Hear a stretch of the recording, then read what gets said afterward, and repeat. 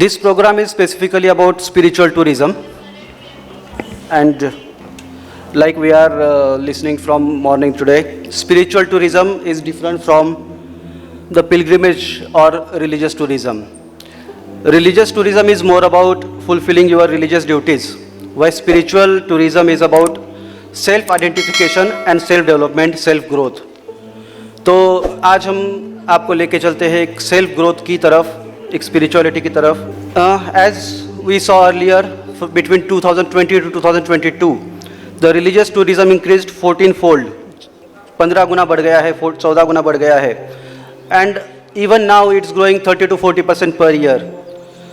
So when this growth is happening in tourism, the Jyotirlinga places are also seeing growth, but the growth is very uneven.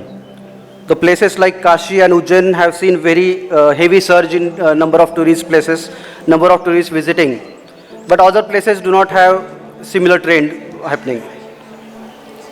So that's why I wanted to present this case study, why Jyotirlinga Circuit can be a good place for spiritual tourism.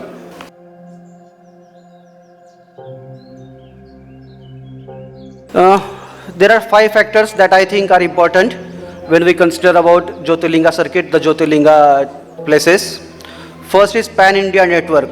If you see the locations of the 12 Jyotirlingas, they consist of multiple states, they represent multiple cultures, they represent multiple landscape.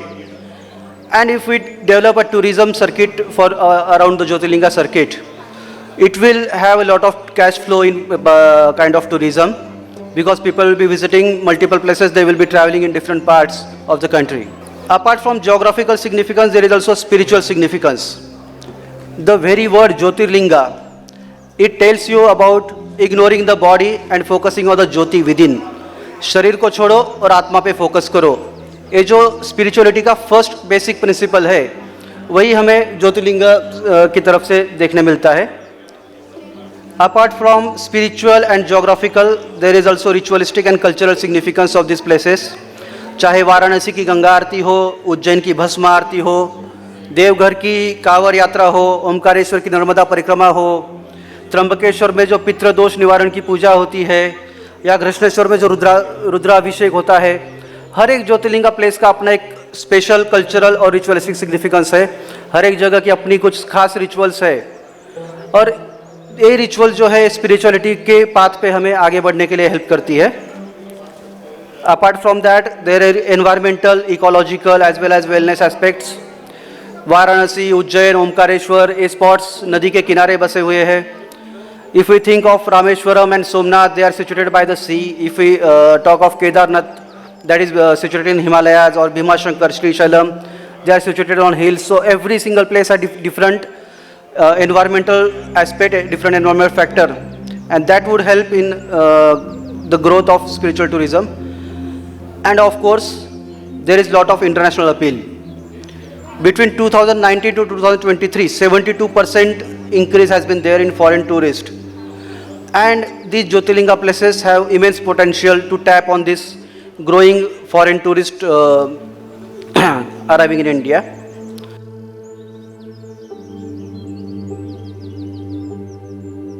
Of course, the path is not very easy. There are a few roadblocks as well.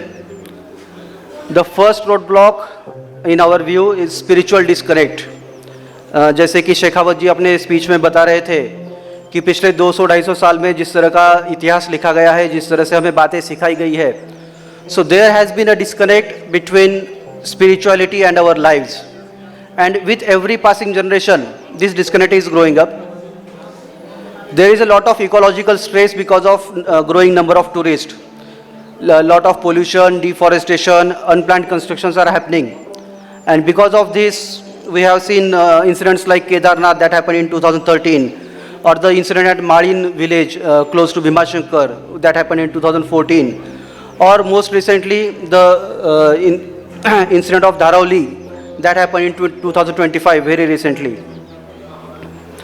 So these unplanned construction, the urbanization, it's creating a lot of infrastructure problems. There are lack of public facilities because of this unplanned construction, and also the ecological balance is being disturbed. We have been disengaged from heritage also. in a large extent. Because when we see the temples or any archaeological places, these are actually the bridges between the historical background or historical incidents and the mythological stories, the stories that we have heard in Purans or Ramayana or Mahabharata. So these archaeological places are actually what connects this history with mythology. But we have not given much importance to maintaining these archaeological places. And one more factor that affects in today's age of multimedia and internet, that is inconsistent digital presence maintained by different temples. So the temples do not use social media much. The arrangements for stay arrangement or the bookings for darshans, they are not very much accessible for every single temple. And one very important aspect that is disturbing, that is affecting badly our tourism, that is unverified clickbait info that is being spread through YouTube or Instagram. There are influencers that do not have proper knowledge, that those influencers do not do proper research, and they just want to gain some likes, they want to gain some attention, and that's why there are these clickbait kind of influencers that are very active. So what is to be done? There are roadblocks, obviously. There would be some roadblocks in every single part of life. But we need to also have a roadmap that will help us grow beyond these roadblocks.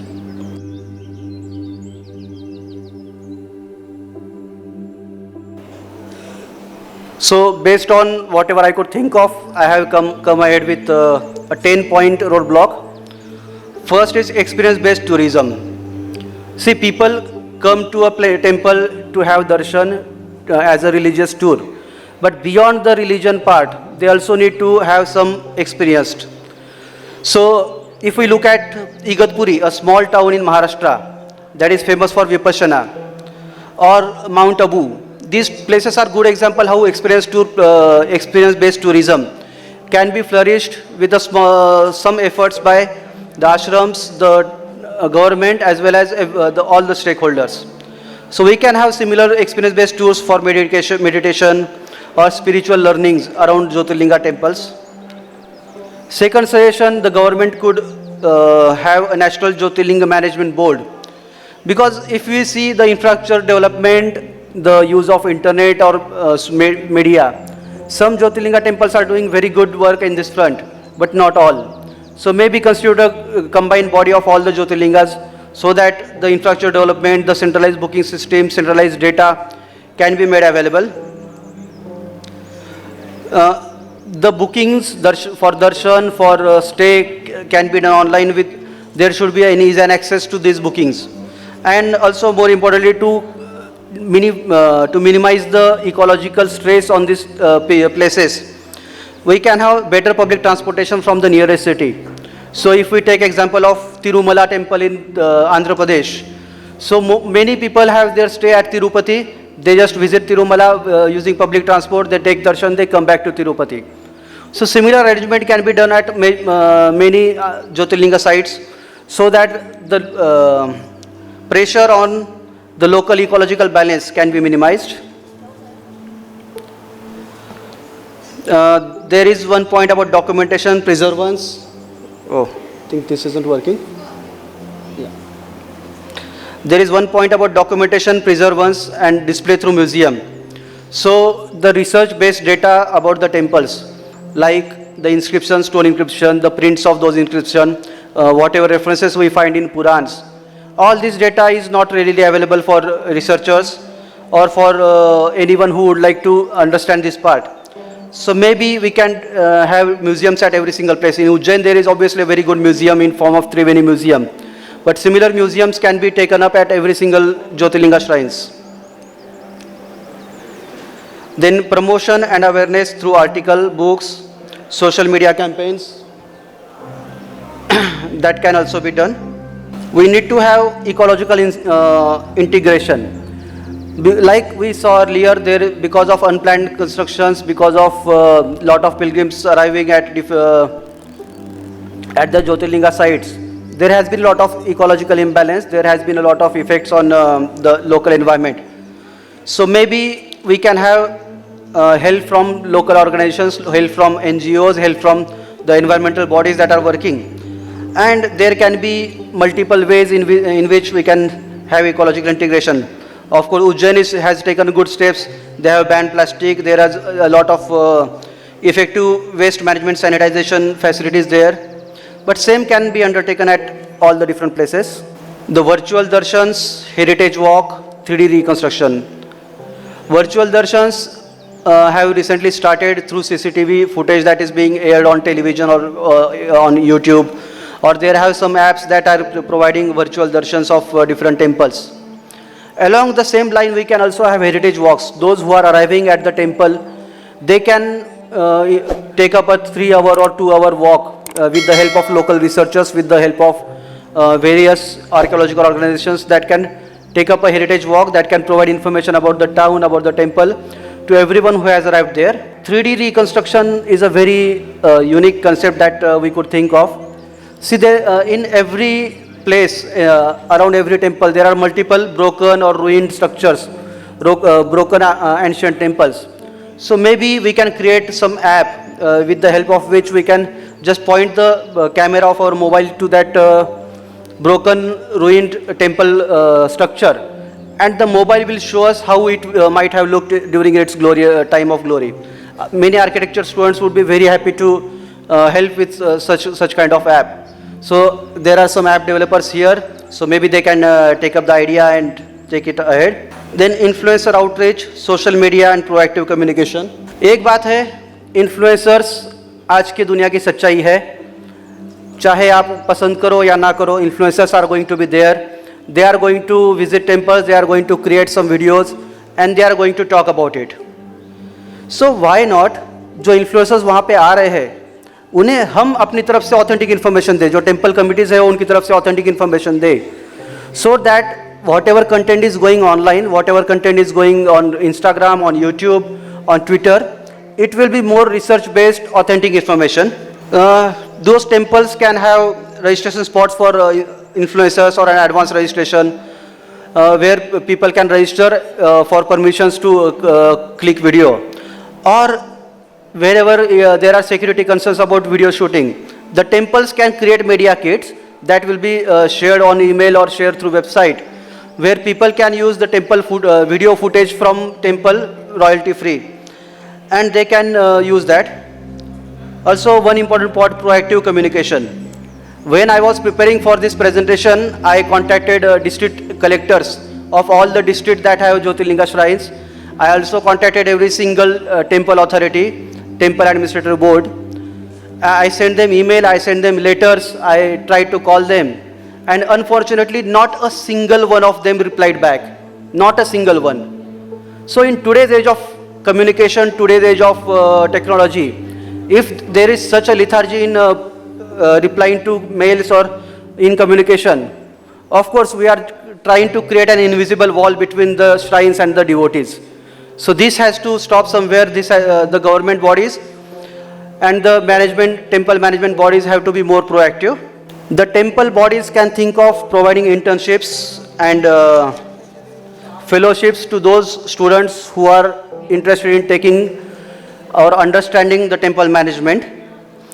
See, we have been doing temple management in a very orthodox style.